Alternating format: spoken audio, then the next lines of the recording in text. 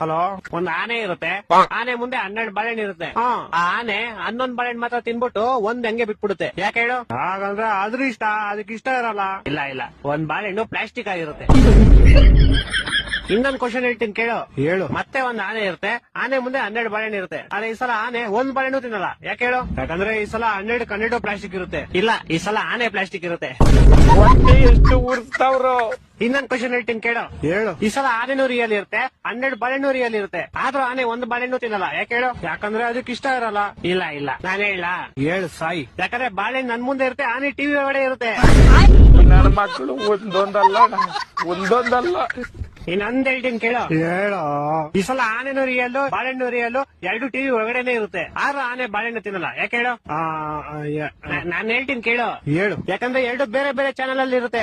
ಕರ್ನಾಟಕ ಜನತೆ ಈ ಲೋಪರ್ ನನ್ನ ಮಕ್ಕಳ ನೀವೇ ಕಲ್ಸ್ಬೇಕಪ್ಪ, ಬುದ್ಧಿ ನೀವೇ ಕಲ್ಸ್ಬೇಕು. ಅಚ್ಚ, ಇನ್ನೊಂದು ಫೈನಲ್ ಕೇಳಲಿ. ಈ ಸಲ ಆನೆನೂ ರಿಯಲ್ ಇರುತ್ತೆ, ಬಾಳೆಹಣ್ಣು ರಿಯಲ್ ಇರುತ್ತೆ, 2 ಟಿವಿ ಒಳಗಡೆ ಇರುತ್ತೆ, 2 ಒಂದೇ ಚಾನೆಲ್ ಅಲ್ಲೂ ಇರುತ್ತೆ. ಆದ್ರೂ ಆನೆ ಬಾಳೆಹಣ್ಣು ತಿನ್ನಲ್ಲ. ಯಾಕೆ ಹೇಳು? ಈ ಸಲ ಟಿವಿ, ಬಾಳೆಹಣ್ಣು, ಆನೆ ಎಲ್ಲಾ ಪ್ಲಾಸ್ಟಿಕ್ ಇರುತ್ತೆ. ಇಲ್ಲ, ಎಲ್ಲಾ ರಿಯಲ್ ಇರುತ್ತೆ, ಆದ್ರೂ ತಿನ್ನಲ್ಲ. ಯಾಕೆ ಹೇಳು?